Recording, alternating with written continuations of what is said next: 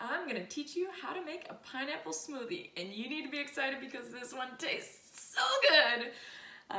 The people that I've made this for, even the people that say, Jenna, I can't do smoothies. Smoothies aren't my thing. It's nice that you like those, but not.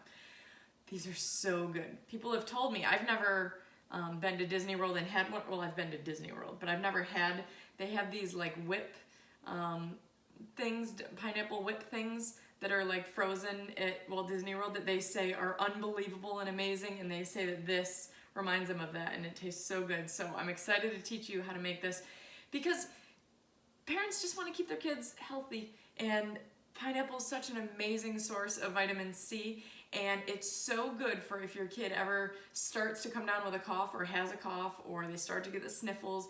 You give them some pineapple smoothie and it's so alkalizing, such a high, such a good source of antioxidants and all the vitamin. Just do it. They're so good. So how do we pick out a good pineapple? When you buy your pineapple from the grocery store, the day you buy it, it's probably not ripe. Typically, I have to keep my pineapple on the counter for 2 to 3 days before it's going to be anywhere near ripe. And it's hard to tell. This one actually, I think, is 1 day too ripe. I should have made this. There's a brown spot here. A couple ways you can tell. Number one, if you grab in the center of this and pluck out one of these leaves, it should come out easily. Now, if it's not ripe, it'll still come out, but it'll be like a hassle. Like you're really trying to get it out. But this one is very ripe, so it came out very easily. Another way you can tell is you want it to have some yellow in it.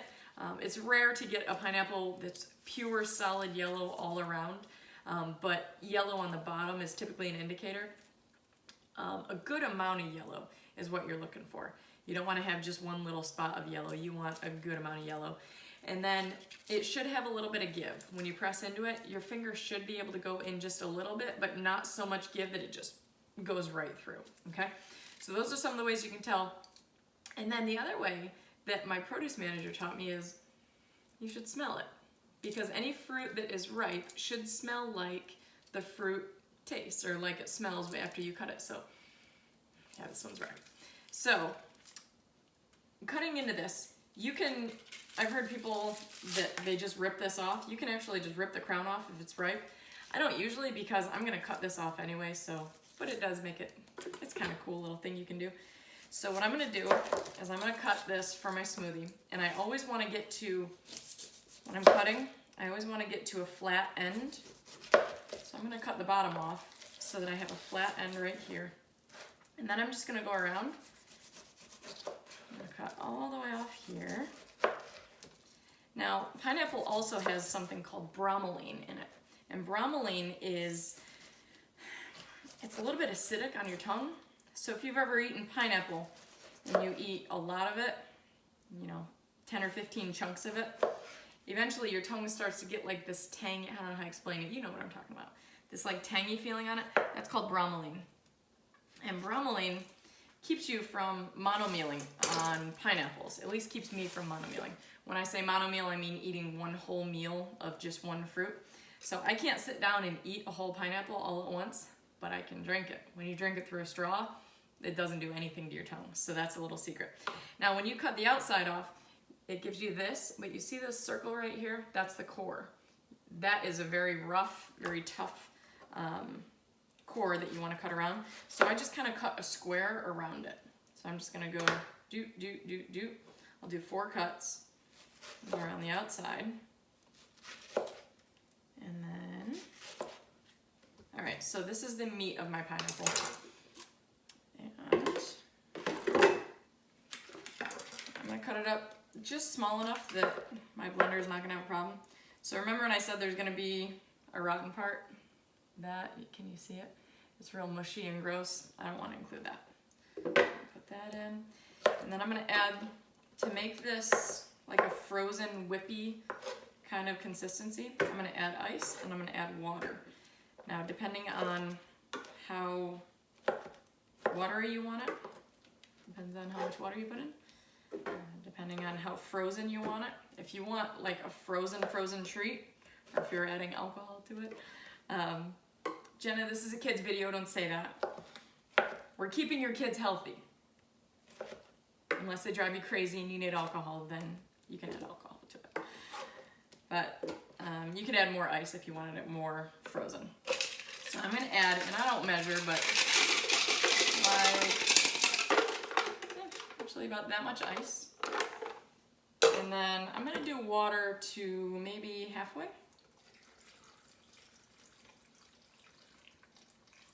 That should be good. So my water level is like right here. And then I'm gonna blend it. Hi, Brody. Hi, Brody. Oh, maybe we got a new puppy. All right, so I'm gonna put this on the blender. I'm gonna run it on the smoothie setting. It's gonna run for 1 minute. In the meantime, we got a new puppy. His name is Brody. He's a Pomeranian. He's so cute. So we now have a bull mastiff that's 120 pounds. His name is Max. And we have a Pomeranian boy named Brody, who's a pound, a single pound. He's so cute. So I'll see if I can grab him. I'll introduce you while this is going. Brody.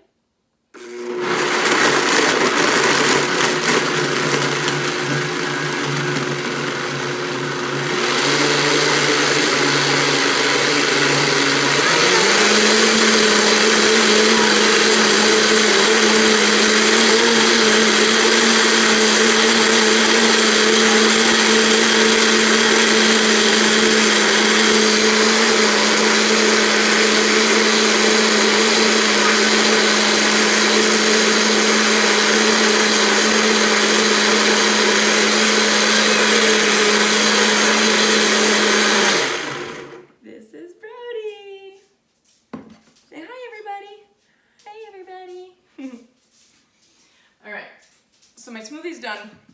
One thing that you'll notice when you blend pineapple is you get a lot of, if I can do this without pouring it out, a lot of foam. It gets very foamy, and that's because pineapple has a lot of insoluble fiber. And so one trick that you can do, that I always do with the kids, to get the foam level down, is you add a banana. And it tastes like a pineapple banana smoothie, or you can leave the banana out. The foam isn't gonna kill you. I mean, you just drink the foam. It's not the consistency that I love. So now look in this banana, you might say, Jenna, your banana's rotten. Don't do that. But this is actually a very ripe banana, and the sugars in this are gonna make it so sweet. And when I add this to the smoothie, it's gonna be amazing. So that's only gonna take maybe 8 seconds to blend that in. Here we go.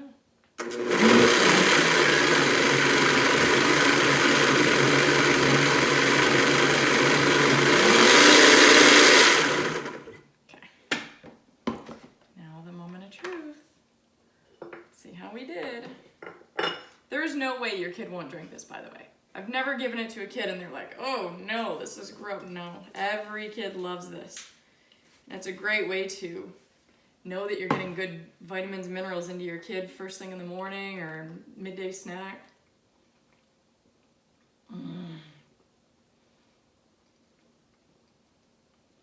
Oh man, that's good. You're gonna love this. So give it a shot. Have your kids try it.